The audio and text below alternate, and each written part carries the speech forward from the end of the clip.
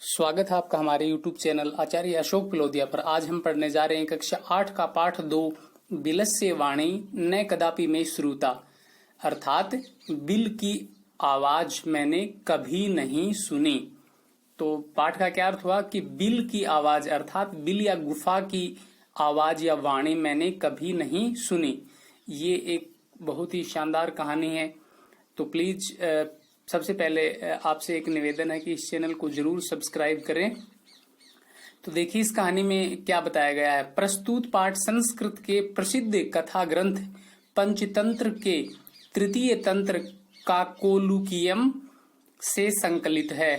पंचतंत्र के मूल लेखक विष्णु शर्मा हैं, जिसमें 5 खंड हैं जिन्हें तंत्र कहा गया है। इनमें गद्य पद्य रूप में कथाएं दी गई हैं, जिनके पात्र मुख्यतः पशु पक्षी हैं।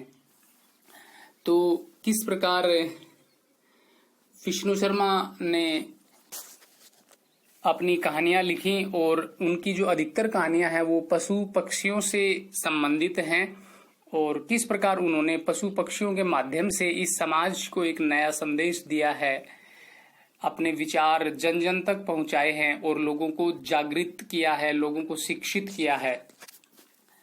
तो ऐसा ये पाठ है, बिलस्य वाणी न कदापि में श्रुता। तो बिलस्य में षष्ठी विभक्ति का प्रयोग किया गया है कि बिल की आवाज, बिल एक निर्जीव है जो कि कभी बोलता नहीं है, तो इसीलिए इस पाठ का नाम रखा गया है कि बिल की आवाज मैंने कभी नहीं सुनी। तो देखिए, कस्मिश्चित वने खरन खरह नाम सिंह है प्रतिवस्ति स्म।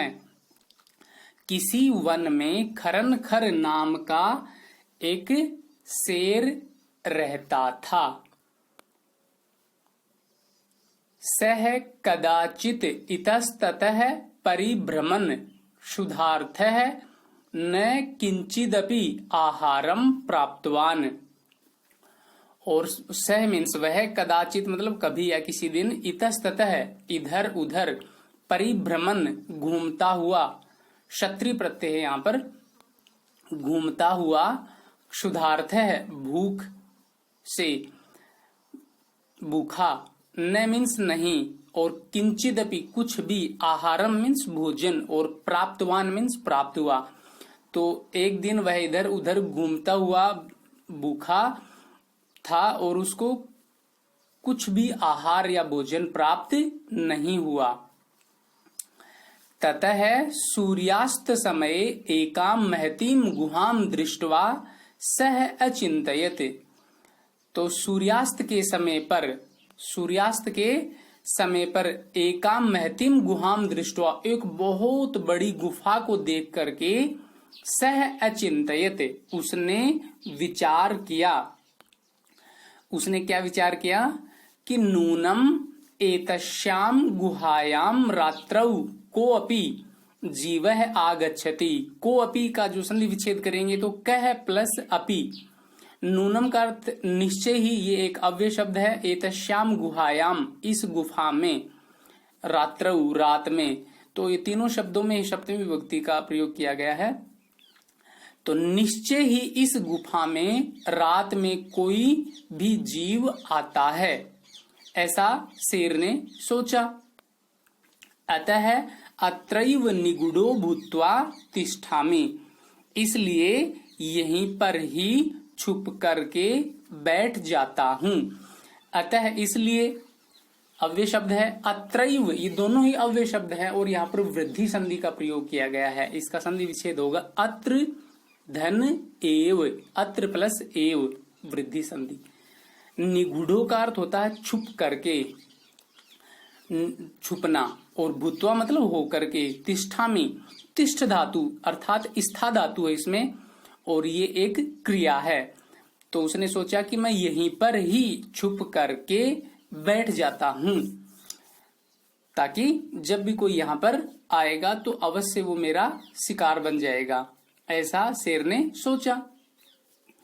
आगे है, एतस्मिन् अंतरे गुहायाः स्वामी ददी पुच्छः नामकः श्रृगालः सम आगच्छते। एतस्मिन् अंतरे, इसके बाद, गुहाया, गुफा का षष्ठी विभक्ति का प्रयोग है यहाँ पे। स्वामी मतलब मालिक। गुफा का मालिक कौन था? दधीपुच्छ नाम कह श्रृगालय। दधीपुच्छ नाम का सियार सम आगच्छत आता है। तो इसके बाद गुफा का जो मालिक था दधीपुच्छ नाम का सियार वो आता है, वो आया। स च यावत पश्यति, और वह यावत मीन्स जब तक, पश्यति मीन्स देखता है, और वह जब तक देखता है, तावत मीन्स तब तक, सिंह पद पद्धति ही गुहायाम प्रविष्टा दृश्यते। तो शेर के पैरों की जो चलने की जो निशान थे, शेर के पैरों के जो निशान थे वो गुहायाम, गुफा में, सप्तमी विभक्ति है, प्रविष्टा दृश्यते, प्रविष्ट होते हुए दिखाई देते हैं, जाते हुए दिखाई देते हैं। तो उसने क्या देखा कि जब तक उसने देखा तो शेर के जो पैरों के निशान है वो गुफा के अंदर जाते हुए तो दिखाई देते हैं, न च बहिरागता, लेकिन बाहर आते हुए नहीं दिखाई देते हैं। श्रृगालः अचिंतयते, तो सियार ने विचार किया, सोचा। अहो विनिष्टो अस्मि, अरे मैं तो मर गया हूं, विनाश हो गया। क्या मर गया हूं मैं? क्या सोचा उसने कि नूनम अस्मिन बिले सिंहः अस्ति इति तर्कयामि। नूनम निश्चय ही, अस्मिन बिले इस बिल में, इस गुफा में, सिंहः अस्ति शेर है, इति तर्कयामि ऐसा मेरा विचार है, ऐसा मैं विचार करता हूं, ऐसा मैं सोचता हूं। तो उसने मन में क्या सोचा कि इस बिल में कोई शेर है। तत् किम करवाणी, तो क्या करना चाहिए। तो जैसे ही उसने सोचा कि इस बिल में शेर है तो तुरंत वह बहुत परेशान हुआ। तत् किम करवाणी, तो क्या करना चाहिए। एवं इस प्रकार विचिंते, सोच करके, तो ऐसा सोच करके दूरस्थ है रवम कर्तुम आरब्ध, दूर से ही, रवम मीन्स आवाज, कर्तुम मीन्स करना, आरब्ध मीन्स प्रारंभ कर दिया। तो उसने दूर से ही आवाज करना प्रारंभ कर दिया। और क्या आवाज की उसने? भो बिल, हे बिल, हे बिल, अपने बिल को, अपनी गुफा को आवाज दे रहा वो। किम न स्मरसी, क्या तुम मुझे नहीं स्मरण करोगी, क्या तुम मुझे नहीं बुलाओगी। येन मया त्वया सह समय कृतो अस्ति, यद यदा अहम बाह्यतः प्रत्यागमिष्यामि तदा त्वम माम आकारयिष्यसि। तो उसने उनको क्या याद दिलाया कि भाई यन मया, इसका जब यत प्लस मया ये संधि विच्छेद बनेगा, जब जब मेरे द्वारा तुम्हारे साथ, जब मैंने तुम्हारे साथ जितना समय यहाँ पर कृतो अस्ति व्यतीत किया है, तो उसमें क्या हुआ कि यदा अहम बाह्यतः है, जब मैं बाहर से, प्रत्यागमिष्यामि यहाँ पर आता हूं, अंदर आता हूं, तदा त्वम माम आकारयिष्यसि, तब तुम मुझको आकारयिष्यसि आवाज देकर बुलाती हो। यदि त्वम माम न आह्वयसि, तो उसके बाद उसने क्या कहा, यदि तुम मुझे नहीं आह्वयसि, आह्वान करोगी, तुम मेरा या मुझको नहीं बुलाओगी, तर्हि अहम द्वितीयम बिलम यास्यामि इति, तो मैं दूसरी गुफा में चला जाऊंगा, दूसरे बिल में चला जाऊंगा। तो सियार ने बहुत ही शानदार दिमाग लगाया और उसने सोचा कि भाई इसके अंदर अगर कोई होगा तो मुझे अवश्य जवाब मिलेगा। तो उसने ये विचार लगाते हुए उसने उस गुफा को बुलाया और कहा कि अगर तुम मुझे नहीं बुलाओगी तो मैं दूसरी गुफा में या दूसरे बिल में चला जाऊंगा।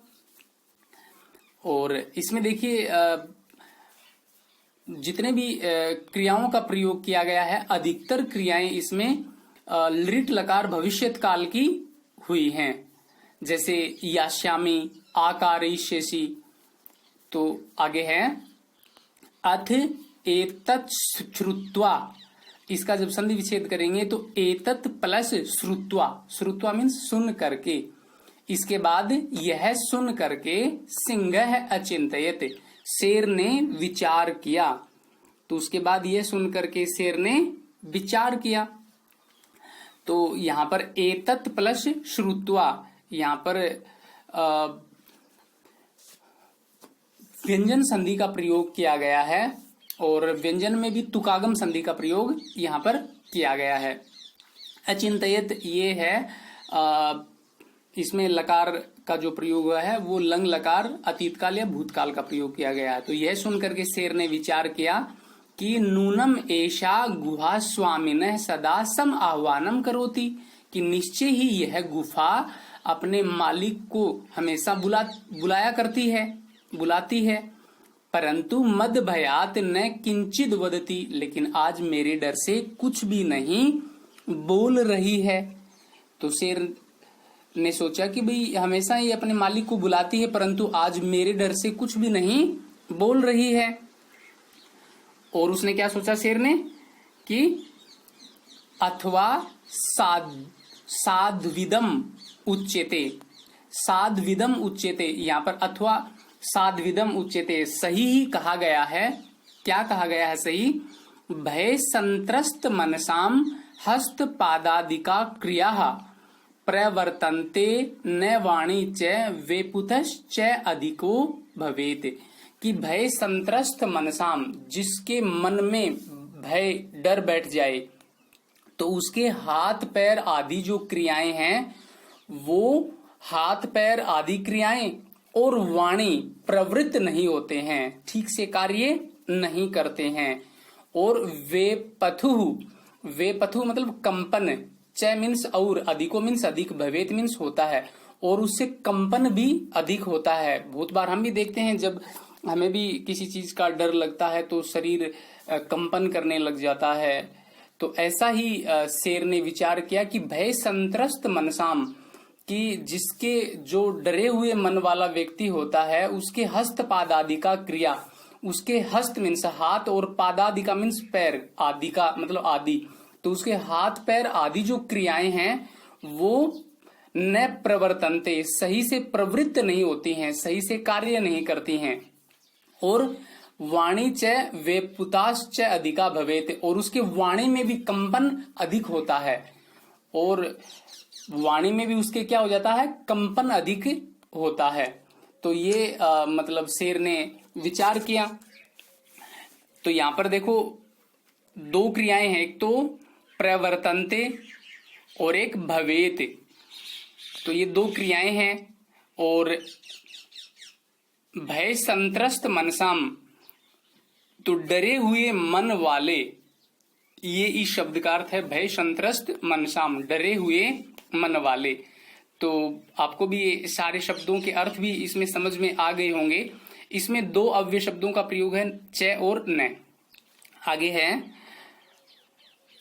तद अहम अस्य आह्वानम करोमि। तो शेर ने सोचा कि भाई ये गुफा डर गई है इसलिए कुछ बोल नहीं रही है, तो क्यों न मैं उसकी जगह आवाज देता हूं उसको।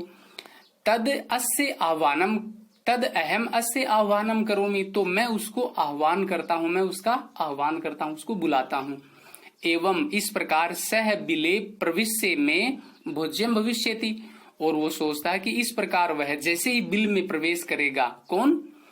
वह सियार, श्रृगाल, तो वो मैं भोज्यम भविष्यति, तो वो मेरा भोजन बन जाएगा।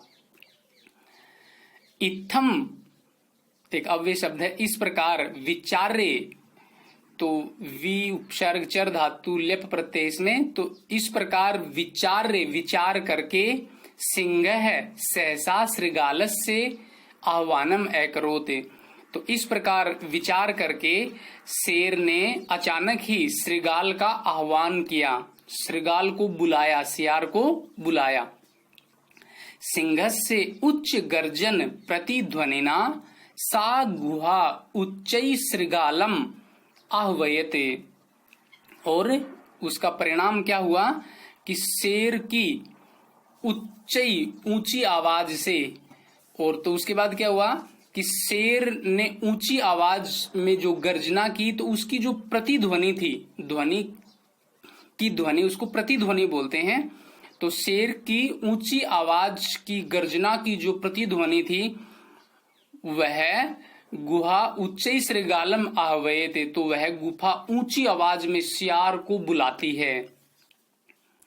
अनेन अन्य अपि पशवः भयभीताः अभवन, और अनेन इससे तृतीय विभक्ति है, अन्य अपि दूसरे भी, पशवः तो पशु थे, वो भयभीताः अभवन भयभीत हो जाते हैं, डर जाते हैं। इससे दूसरे पशु भी भयभीत हुए, दूसरे पशु भी डर गए, क्योंकि शेर की आवाज तो सभी पहचानते ही हैं कि शेर बोलता है या गुफा बोलती है। तो तुरंत सियार ने जो दिमाग लगाया था वो उसका दिमाग सफल हो गया था।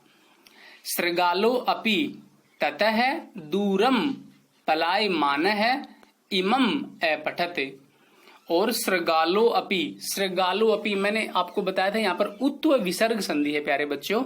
तो इसका संधि विच्छेद में देखो, श्रृगालो में जो ओ की मात्रा है उसकी जगह आप विसर्ग लगा दीजिए, तो क्या बना, श्रृगाल है, और आगे प्लस का निशान लगा के जो अवग्रह चिन्ह एस जैसा दिख रहा है इसको पूरा ए लिख दीजिए, ए और पी, अपी।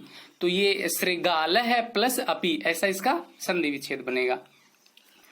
आगे है, तो उसने दूर भागते हुए श्रृगाल ने क्या पढ़ा कि अनागतम यह कुरुते सह सोबते स सोच्यते यो न करोत्ते अनागतम वने अत्र संस्थस्य समागता जरा बिलस्य वाणी न कदापि में श्रुता।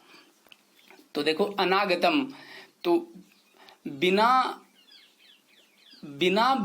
कारण के, या अनागत बिना आए हुए, या आए हुए जो दुख का, जो बिना समय आए हुए जो दुख का निराकरण कर लेते हैं, उसका उपाय कर लेते हैं। स शोभते, वे सुशोभित होते हैं, वे शोभायमान होते हैं।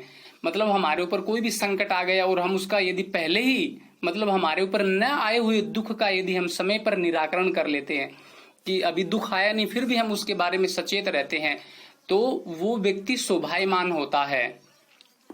और स सोचते यो न करोति अनागतम, और जो समय पर